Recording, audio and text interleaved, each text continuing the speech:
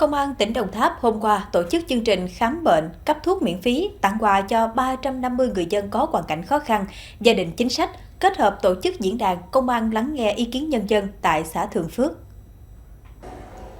Tại diễn đàn, người dân có nhiều ý kiến đóng góp cũng như phản ánh về tình hình giao thông, an ninh trật tự, phòng chống tội phạm. Với tinh thần thẳng thắn trách nhiệm, các ý kiến của người dân đã được Thiếu tướng Lâm Phước Nguyên, Giám đốc Công an tỉnh ghi nhận và giải đáp đầy đủ. Đồng thời, Giám đốc Công an tỉnh Đồng Tháp cũng khẳng định vai trò quan trọng của nhân dân trong việc cung cấp thông tin, hỗ trợ lực lượng công an đấu tranh có hiệu quả với các loại tội phạm.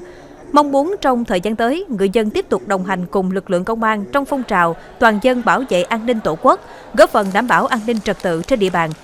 Tại đây, các y bác sĩ của Công an tỉnh Đồng Tháp đã thăm khám và tặng 350 phần quà bao gồm gạo, mì và các nhu yếu phẩm khác cho người dân có hoàn cảnh khó khăn trên địa bàn xã.